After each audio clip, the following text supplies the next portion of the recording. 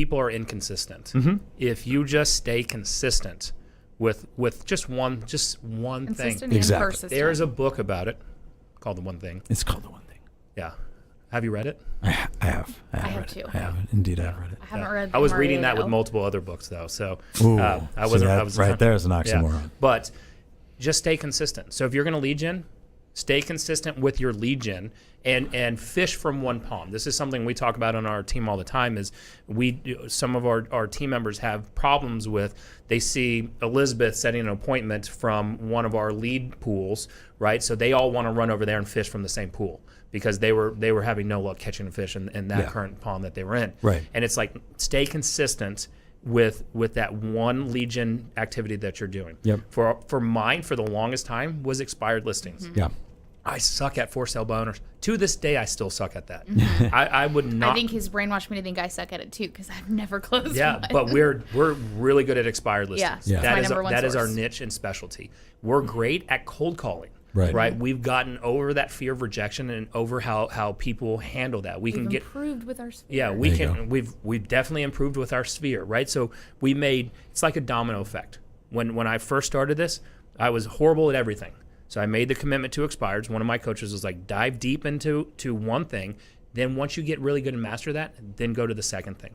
Problem is, we want to go shotgun approach and try to be, all things to everything, and it can't go that direction. That's 100% true on a personal level. So I'll just say the most arrogant thing that anybody's going to say on this podcast probably this year, right? You have to build habits one at a time. If you want to talk about discipline and maintaining your discipline, stop trying to be the person that you're trying to be 10 years from now, today, right? It can't come down to that one thing. And if you can be candid with yourself and analyze all the things that you need to improve in your life, do not try to attack them all at once, because you're not that person yet and you won't do it, right? So if you're not already, and that's true in goal setting, right? If you only sold 5 houses last year, don't try to sell 100 next year, because you haven't figured out how to do it yet, because you haven't put the habits in place or built that business yet, right? So if you're running a 250 unit a year business or 100 unit a year business, and you're asking, hey, what do I need to do to be like you? Well, the reality is you're not me yet, and you're not Nick Good yet, right? And so stop trying to be, right? Take one habit that you need to put in place and make that your habit for the next 90 days. Get up earlier. Cut out the shit that you do late at night that keeps you up, right? Read more, right? Read 50 books this year, right? Or whatever it is that you're going to commit to personally to get you that next level of growth.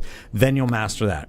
Then you'll move on to the next thing, and then you'll move on to the next thing. And in a very short amount of time, just a couple of years, you'll look back and you won't even recognize the person that you are, and you'll be a lot better off. And I don't mean to be arrogant in saying that. I mean to be realistic. We try to just become overnight sensations, and success is not built that way. It's not built in business, and it's not built personally. In business, you will not go from a small-time producer to a mega team in a year. So stop trying to do that, right? And personally, you're not going to go from a person who has a lot of vices and is average at a lot of things and become a master of them all at one time. Take them on at once and be strategic. Commit to the one thing that you're going to master it, and then move on to the next thing.